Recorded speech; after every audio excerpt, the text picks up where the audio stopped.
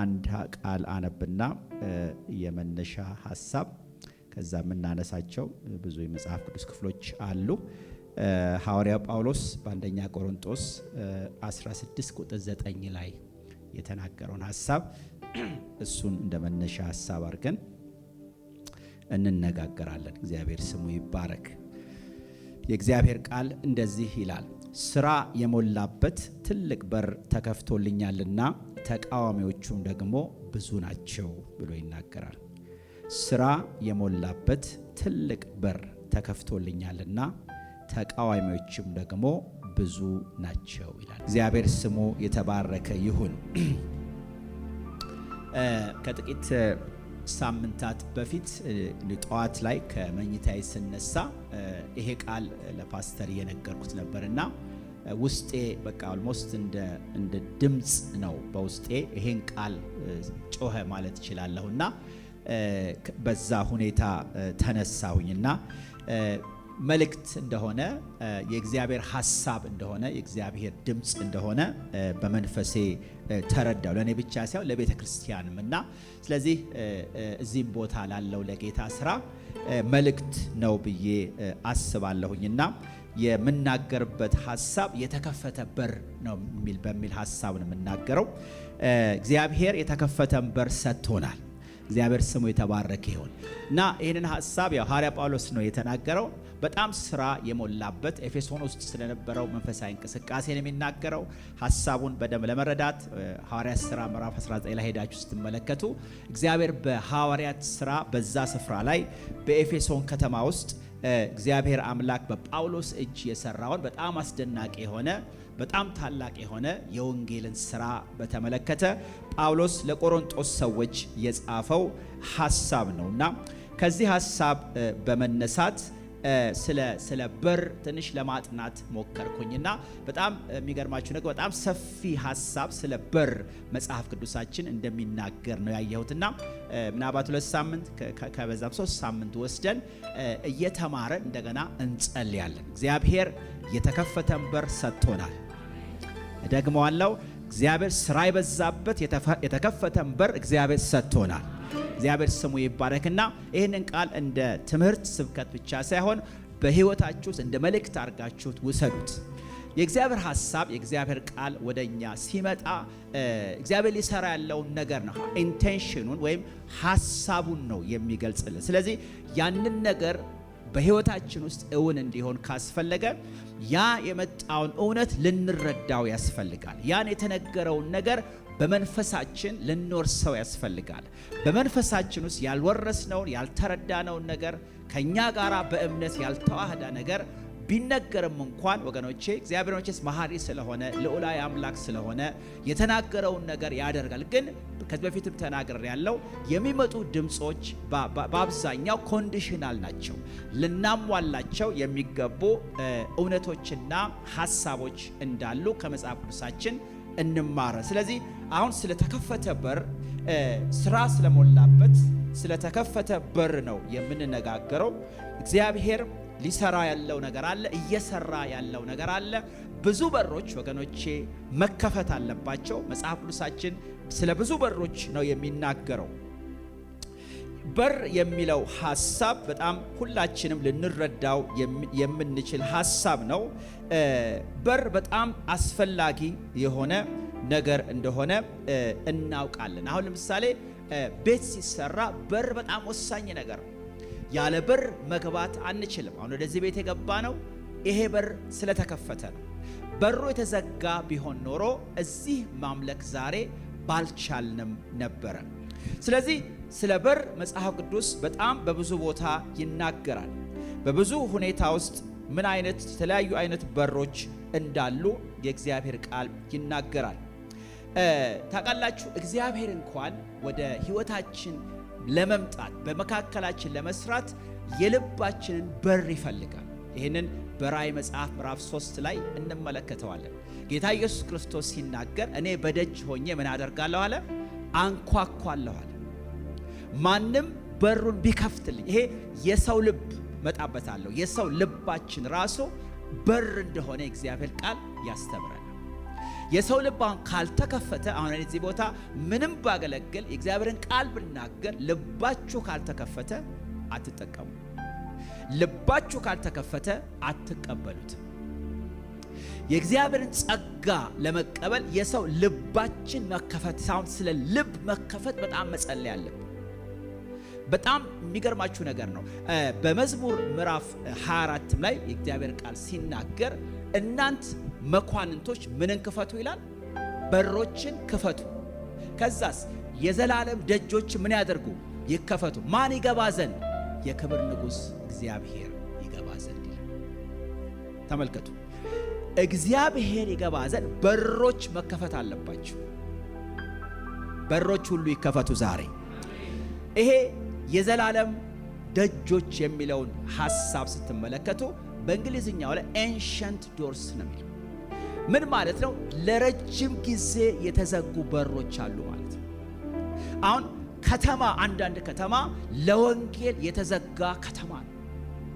አንዳንድ ቦታ ስትሄዱ ለወንጌል ማህበረሰቡ ልቡ የተዘጋ ማህበረሰብ፣ ወንጌል ተሰብኮ ውጤት አይገኝም።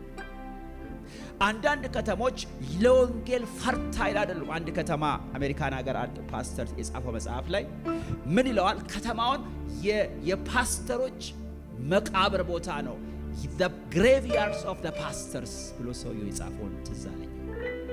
እዛ ቦታ ላይ ሰው ሄዶ አይሳካለትም። እዛ ከተማ ውስጥ ወንጌል ተሰብክቶ ፍሬ አታገኝ። ለምንድን ነው? ለዘመናት የተዘጉ በሮች አሉ፣ ዛሬ ይከፈታሉ። ኧረ በኢየሱስም ይከፈታሉ። ለዘላለም አንዳንድ ሪጅኖች ላይ ለዘመናት፣ ይሄ አማርኛው በደንብ አይገልጸው፣ ኤንሸንት ዶርስ የሚለው ሳየው ይሄ ዘመን ያስቆጠረ ያልተከፈተ ብርሃን ያላየ የሻገተ ዓመታት፣ አንዳንዱ 1000 ዓመታት ያስቆጠሩ በሮች አሉ። የክብር ንጉሥ ይገባ ዘንድ እናንት መኳንንቶች በሮች ምን አድርጉ? ክፈቱ። አሁን እየጸለይን እየተማረን እየተሰበከ እንጸልያለን። እግዚአብሔር ይመስገን እንጸልያለን እና ይከፈቱ ብሎ ተናገረ። አንዳንድ ከተማውን የተከፈተ በር ነው የምታዩት። ከተማው ስትገቡ ታያላችሁ፣ ልባቸው የተከፈተ ነው፣ ለወንጌል የተመቸ ነው። እነዚህ በሮች እንዴት እንደሚከፈቱ እንማራለን። ስለዚህ ለኛ አገልግሎት ለህይወታችን ብቻ ሳይሆን እግዚአብሔር ራሱ የተከፈተ በርን እንደሚፈልግ የእግዚአብሔር ቃል ይናገራል። እግዚአብሔር ወደ ሰው ህይወት ውስጥ አስገድዶ አይገባም፣ በፈቃድ ነው የሚገባው። ወገኖች፣ አስገድዶ የሚገባ ሰይጣን ብቻ ነው። እግዚአብሔር ግን በፈቃድ ነው የሚገባው። በፈቃድ ነው የሚገባው። ና ጌታ ሆይ ስንለው፣ ና የጌታ መንፈስ ስንለው፣ ና ብለን ስንጋብዘው፣ ወገኖች ወደ ህይወታችን ውስጥ የተመቻቸ ሁኔታ ስንፈጥርለት እግዚአብሔር ወደ መካከላችን ይገባል። እጆቹን ዘርጎ ና ጌታ ሆይ እስቲ በሉት ወገኖች። ና ወደ ህይወቴ በሉት። ና ወደ ትዳሬ፣ ና ወደዚህ ቤተ ክርስቲያን፣ ና ወደዚህ ከተማ። ታውቃላችኋል፣ ምድራችን አንዱ የሚያስፈልገው የእግዚአብሔር ጉብኝት። አሁን አንዳንድ ችግሮቻችን ሰው የሚፈታቸው አይደለም። አንዳንድ ችግሮቻችን ዩናይትድ ኔሽን የሚፈታው አይደለም። ሀያላን ሀገሮች የሚፈቱት አይደለም። ግን የሰማይ አምላክ እግዚአብሔር ይፈታዋል። ስለዚህ ና ልባችን መከፈት አለበት። ከተሞች መከፈት አለባቸው። ጳውሎስ ወደ ኤፌሶን በሄደ ጊዜ እግዚአብሔር ሥራ የሞላበት የተከፈተን በር ሰጥቶኛል። ከዛው ጋር ተቃዋሚዎች ብዙ ናቸው። ስለ ተቃውሞም እናወራለን። ብዙ ጊዜ ስለ ተከፈተ በር ደስ ይላል ስንሰማው፣ ግን የተከፈተ በር አብሮ ይዞት የሚመጣው ነገር ተቃውሞ ነው። አትራክት ያደርግ፣ ተቃውሞ አለበት። እንዲሁ አይደለም ያን የተከፈተን በር የምንኖር ሰው። ብዙ አሁን ኤፌሶን ከተማ ውስጥ ብጥብጥ ሲያስነሱ ታያላችሁ። ብዙ ስደት መጨረሻ ላይ ከተማውን ለቆ ሁሉ ሲወጣ ትመለከታላችሁ። እግዚአብሔር እየሰራ፣ እግዚአብሔር ድንቅ እያደረገ፣ እግዚአብሔር ተአምራት እያደረገ፣ ግን ክፉዎች ደግሞ ብጥብጥ አስነስተው ሲያሳድዱት ትመለከቱ። ሁለቱ አብሮ የሚሄድ ነገር ነው። አብሮ የሚሄድ ነገር ነው። እሱን እንደ አንድ ሐሳብ አድርገን እናነሳዋለን። እግዚአብሔር ስሙ የተባረከ ይሁን። የእግዚአብሔርን ቃል ስንመለከት በመጽሐፍ ቅዱሳችን ውስጥ በበር የተመሰሉ በጣም ትልቅ እውነቶችን እንመለከታለን። ለምሳሌ ዋነኛውና የመጀመሪያው ጌታ ኢየሱስ ክርስቶስ ራሱ እኔ ምንድን ነኝ ብሏል? በር ነኝ ብሎ ተናግሯል።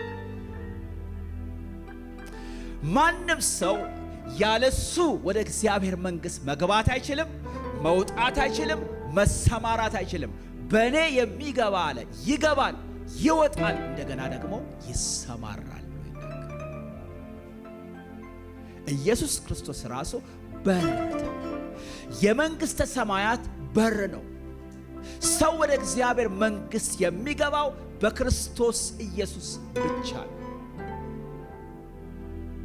በጣም እኔ እንደዚህ አይቼው አላውቅምና በጣም ብዙ ነገሮች በበር ተመስለዋል። አሁን በር የሚለው ነገር ሁላችንም የሚገባን ሐሳብ የሚገባን ኮንሰፕት ነው። ምን ማለት ነው የሚለውንም በኋላ ትርጓሜውን ከእግዚአብሔር ቃል እንመለከታለን። ግን ኢየሱስ ክርስቶስ ራሱ እኔ በር ነኝ ብሎ ተናግሯል። በቃ እኔ ነኝ በሩ፣ እኔ ነኝ መግቢያው፣ እኔ ነኝ መውጫው፣ እኔ ነኝ መሰማሪያው፣ እኔ ነኝ ከአብ ጋር ማስታርቀው፣ ያለ እኔ ማንም ወደ አብ ሊመጣ የሚችል የለም ብሎ የተናገረው ራሱን አንዱ የመሰለበት በበር እንደሆነ እንመለከታለን። ሌላው ይህንን ሐሳብ ዮሐንስ ወንጌል ምዕራፍ 10 ቁጥር 9 ላይ እናየዋለን። ሌላው በራእይ ምዕራፍ 4 ቁጥር 1 ላይ ዮሐንስ ሲናገር የመንግሥተ ሰማያት በር እንዳለ መጽሐፍ ቅዱስ ሲናገር፣ የምን በር አልኳቸው? የመንግሥተ ሰማይ ወይም የሰማይ በር ይለዋል። የሰማይ በር። ከዚህ በኋላ አየሁ፣ እነሆም በሰማይ የተከፈተ ደጅ ነበረ ይላል። እግዚአብሔር የሰማይን ደጆች ይክፈትላችሁ። አሁን ይህ ነው። አሁን የሰማይ ደጅ የሚባል ነገር አለ። አሁን ሰማይ ያለውን ነገር ይሰጣችሁ ዘንድ ያ ደጅ መከፈት አለበት። ያ ደጅ ካልተከፈተ በስተቀር ከሰማይ የሆነው ነገር ወደ እናንተ ሊመጣ አይችልም። አንዳንድ ጊዜ ከምድር ያለው ነገር ሰማይ ከተዘጋ ወደ ላይ ሊወጣ አይችልም። ይህ በጣም መንፈሳዊ ነገር፣ በጣም ብዙ እውነቶች እዚህ ውስጥ ነው። የሰማይ ደጅ በሰማይ ያለው የእግዚአብሔር ሐሳብ ይመጣ ዘንድ አሁን ይሄ ደጅ እንዲከፈት በጣም ትልቅ ተጋድሎ ያስፈልገናል ማለት ነው። ሰማይ ምን አለው? በር አለው። ሰማይ ምን አለው? ደጅ አለው። በር በር አለ፣ ደጅ አለ። የሚገርማችሁ ነገር ሰማይ ብቻ ሳይሆን ሲኦል ራሱ ምን አለው? በር አለ። ስለ ቤተ ክርስቲያን ጳውሎስ ማነው እግዚአብሔር ቃል ሲናገር፣ ጌታ ኢየሱስ ሲናገር ቤተ ክርስቲያንን የሲኦል ምኖች ደጆች ምን ያረጓትም? አይችሏትም። የሲኦል ደጅ ደግሞ አይዘጋም፣ ሁልጊዜ ክፍት ነው። ሲኦል ራሱ ደጅ አለው፣ የሚውጥበት የሚወስድበት ደጅ እንዳለው መጽሐፍ ቅዱስ ሲናገር መጽሐፍ ቅዱሳችን ያስተምራል።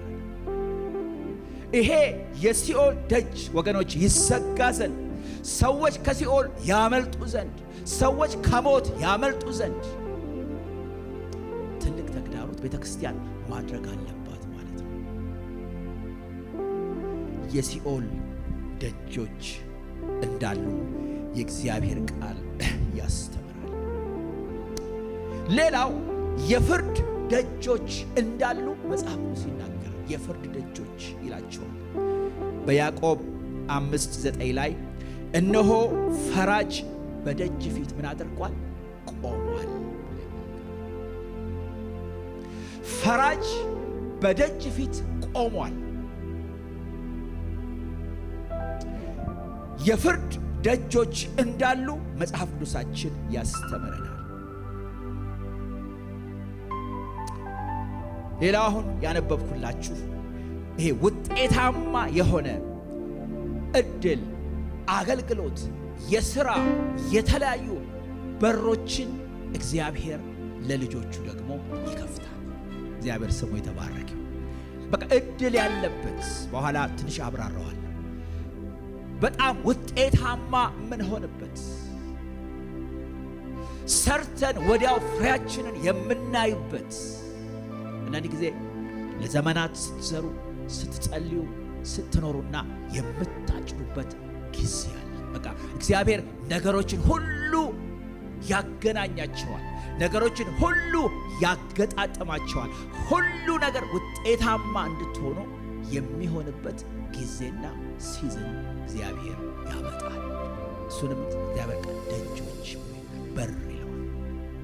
በር ይለዋል። በቃ ይህ ስራ የበዛበት ስራ ፈት የማትሆኑበት የማትደክሙባቸው ጊዜያቶች እግዚአብሔር አምጥቷል። እግዚአብሔር አምጥቶልናል። አሁን ለቤተ ክርስቲያን የምናገረው እግዚአብሔር አምጥቶልናል። ስራ የበዛበት ይሄ ከፊታችን ያለው ሲዝን ይላችሁ። ብዙ ጊዜ ሜቢ ኔክስት ዊክ ጊዜ ስለ ኔክስት መጣበት። አሁን እኔ በራሴ ወደ ስኳስ ሰማጣ ለፓስተር እያወራሁበት ብዙ ተግዳሮት ነው የመጣሁት።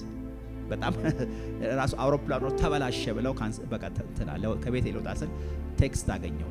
በቃ ተበላሽቷል እና በቃ ተበላሽቷ ብዬ ቁጭ አልኩና ሳስበው እዛው ሄጄ በሌላ መንገድ ወይ እሄዳለሁ ብዬ ተነስቼ ሄድኩኝ። እግዚአብሔር ይባረክ። በሌላ መንገድ መጣሁ ማለት በመንፈስ ሴንስ ማረገውን መነግራችሁ። አሁን በህይወታችሁ ውስጥ የተለያየ ትግል ካለ፣ የተለያየ ፈተና ካለ፣ የተለያየ መከራ ካለ እንኳን ደስ አላችሁ። አሜን የምትኖስ አሁን መከራ ያነሳልሻል። መከራ ያነሳ የሚል ስብከት አይደለም ያለው። የተከፈተ በር አለ። ተቃዋሚዎች ብዙ ናቸው። መከራውም አለ። አልፈ ሄደ ግን ትሰራለህ። ይሄ ነው ወንጌሉ። እንደዚህ ነው። በቃ አሁን እንደዚህ ነው የምናስተምር። እንደ ምንም አይነካሽም ምናምን አይደለም። ይሄው እነግርሃለሁ። መጀመሪያ ቀን ተቃውሞ አለ። ተቃዋሚዎቹ እንደው ምንድን ናቸው? ብዙ ናቸው። አሁን ይሄ የተለመደ ስብከት አይደለም።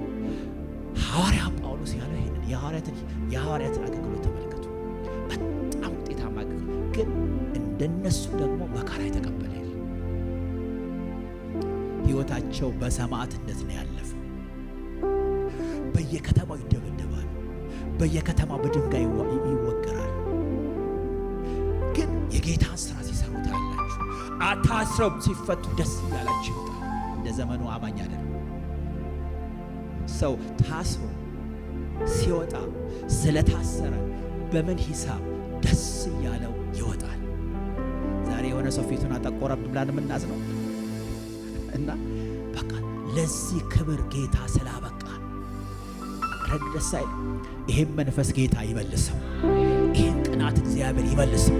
በቃ ስለታሰረ ለመታሰር ስለበቃሁኝ ነው። እነዚህ ሆነ ለመታሰር ስለበቃሁኝ እንደው እግዚአብሔር ይመስገን ሐለ በልሳን ጸልዮ እንደሆነ አላቅም፣ ግን ደስ እያላቸው ሄዱ ይላል። ለምን? ገብቷቸዋል። የዘላለም ስራ ነው የሚሰሩት። የሰዎችን ህይወት የሚያድኑ ሰዎች ናቸው።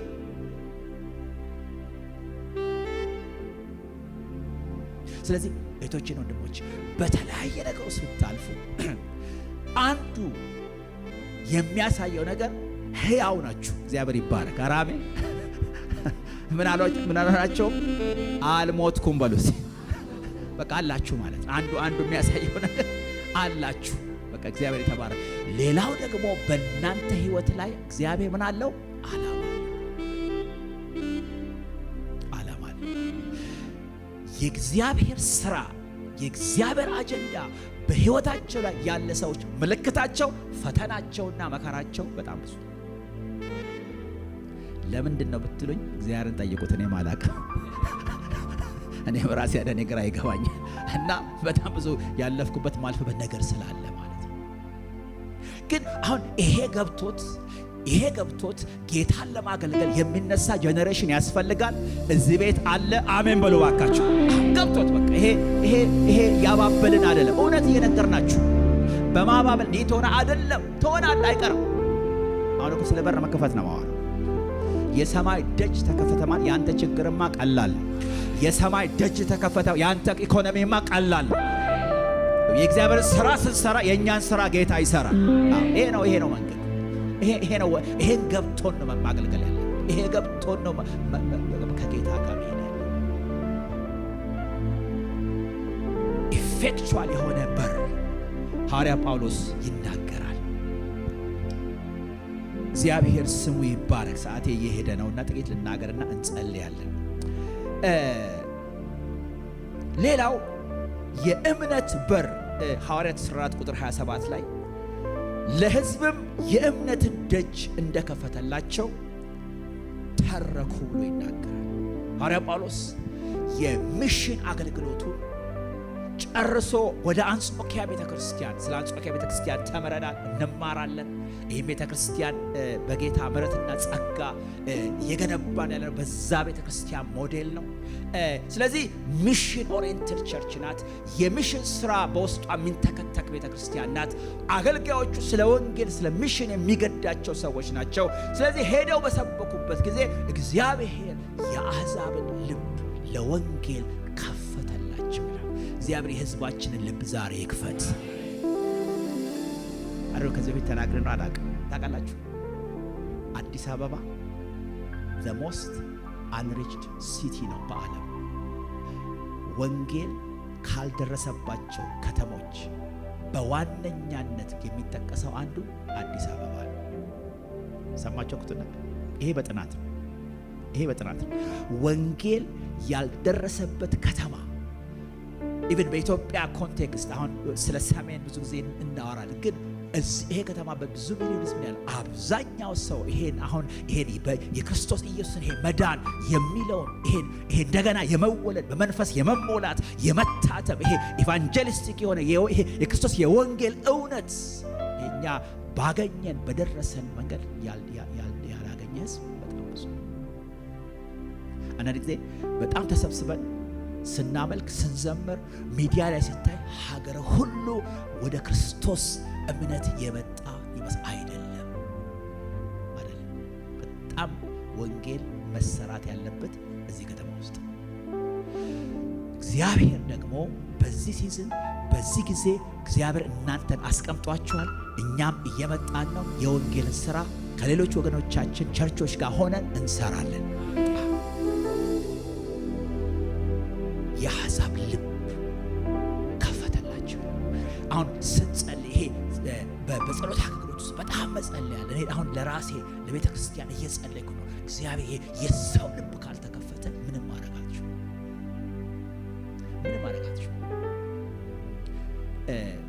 ጌታ ኢየሱስ ክርስቶስ እንደኛ አይደለም። ሂዝ a God man አምላክ ሰው ሆኖ የመጣው በመካከላችን የተመላለሰው አማኑኤል።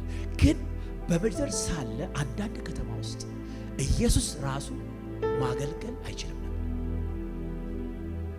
በተለይ ባደገበት ከተማ በናዝሬት ምንም ማድረግ አልቻለም።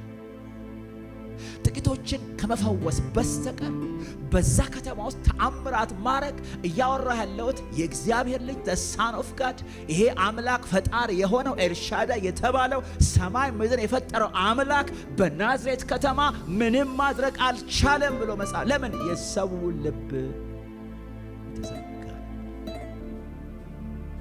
ተሳዳቢዎች ነበር፣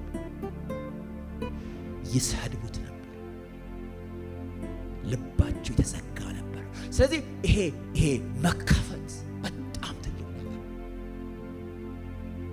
ከተማው ሊከፈትልን ያስፈልጋል። የሰዎች ልብ ሊከፈት ያስፈልጋል።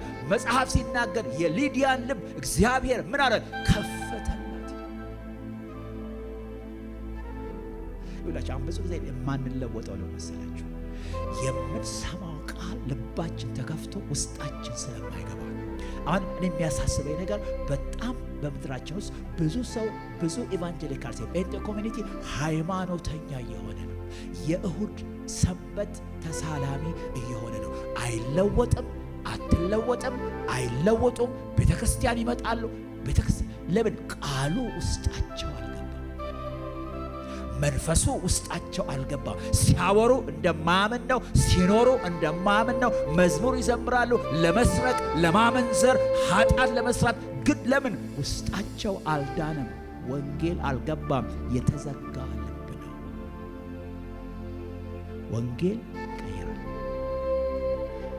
ወንጌል ምን ያደርጋል? ወንጌል ይቀይራል። ወንጌል ይለውጣል። ወንጌል ያሻሽላል። ወንጌል ሰው ያደርጋል። ወንጌል አእምሮ ይፈውሳል። ግን ሰው ልቡ ካልተከፈተ፣ የእግዚአብሔር ቃል ወደ ሰው ውስጥ ካልገባ፣ ወገኖች በእምነት ከሰው ጋር ካልተዋሃደ፣ ስርዓቱን ልንለምድ እንችላለን። ሃይማኖቱን ልንለምድ እንችላለን። መዝሙር ልንለምድ እንችላለን። ስብከት ልንለምድ እንችላለን። ሰባኪም ልንሆን እንችላለን። ግን እመኑኝ ሕይወታችን አይድንም፣ አይለወጥም። ስለዚህ ይሄ የበር ነገር፣ የመከፈት ነገር በጣም ወሳኝ የሆነ ነገር ነው ማለት ነው። የእምነት በር፣ የልብ በር ወገኖች ጌታ ያንኳኳ የእምነት በር ዛሬ የመጣ ነው የዳን ነው እሱ ስለጠራን ነው። እሱ ስለሳበን ነው። እኛ ስለፈለግን አይደለም። ግን እሱ ሲጠራን፣ እሱ በሩን ከፍቶ ግቡ ሲለን ምላሽ መስጠት ደግሞ የሰው ፋንታ ነው ማለት ነው። እዚህ ላይ በጣም ጸሎት ያስፈልጋል ወገኖቼ። ይሄ በዘፍጥረት 7:19 ላይ ደግሞ እግዚአብሔር ከጥፋት ሊያድነን፣ ሊጠብቀን፣ ሊያስመልጠን የሚዘጋው በር አለ። ኔክስት ዊክ አነሳለሁ። እግዚአብሔርን ቃል ስናጠና እግዚአብሔር በርን መክፈት ብቻ ሳይሆን በርንም ይዘጋል። ኔክስት ዊክ እናየዋለን። የሚከፍት የሚዘጋ የሌለ፣ የሚዘጋ የሚከፍት የሌለ። የአንዳንዶቻችን ስቃይ ምን መሰላችሁ? የተዘጋ በር አስከፍተን። አንዳንድ ክርስቲያኖች ሕይወታቸው ሚዝረብል የሆነው እግዚአብሔር የዘጋውን በር ከፍተው ገብተው። እግዚአብሔር በር ሲዘጋ ሊያድነን ነው። አሜን። ሊያስመልጠን ነው። እግዚአብሔር ይዘጋል። እግዚአብሔር የሱ ያልሆነ በር እግዚአብሔር ይዝጋላችሁ፣ ይዝጋላችሁ። ይሄ በረከት ነው የምነግራችሁ። አንዳንዱ በር ሲዘጋ ከሞት ሊያስመልጥሽ ነው። አንዳንዱ ትዳር ሲዘጋ ከስቃይ ሊያድን ነው። አንዳንዱ በር ሲዘጋ ከስቃይ ሊያድንሽ ነው። እንደዛ እንደዛ እናስተው በደም ሰፋ አድርገን ይሄ ነገር ምናየው በኖህ የጥፋት ዘመን ጊዜ ኖህ ያን መርከብ ከሰራ በኋላ ኖህና ቤተሰቡ እንስሶቹ ከገቡ በኋላ መጽሐፍ ሲናገር ያን በር የዘጋው ኖህ አይደለም። እግዚአብሔር ምን አደረገው? ዘጋው። አንዳንድ በሮች እግዚአብሔር እንዴት ነው የምናውቀው የሚለውንም እንማራለን። የቱ ነው የእግዚአብሔር በር? የቱ ነው? ይኸውላችሁ በር የሚከፍት እግዚአብሔር ብቻ አይደለም፣ ሰይጣንም በር ይከፍታል። በር ከፍቶላቸው ገብተው ስቃይ ውስጥ ያሉ ሰዎች ቁጥራቸው ትንሽ አይደለም። በር ከፍቶላቸው ውጭ ሀገር የሄዱ ሰዎች ብዙ ስቃይ ውስጥ ብዙ ሞት ውስጥ ያለፉ ሰዎች እኔ አውቃለሁ። በር ተከፍቶላቸው ምንም ይሁን ምን እግዚአብሔር ያልከፈተው በር የተዘጋ ይሁን። እግዚአብሔር ያልከፈተው በር የተዘጋ ይሁን በኢየሱስ። ሰይጣን የከፈተው የዘጋው በር የተከፈተ ይሁን። ሲንነሳለን እንጸልያለን። እግዚአብሔር በየተማርን እንጸልይ።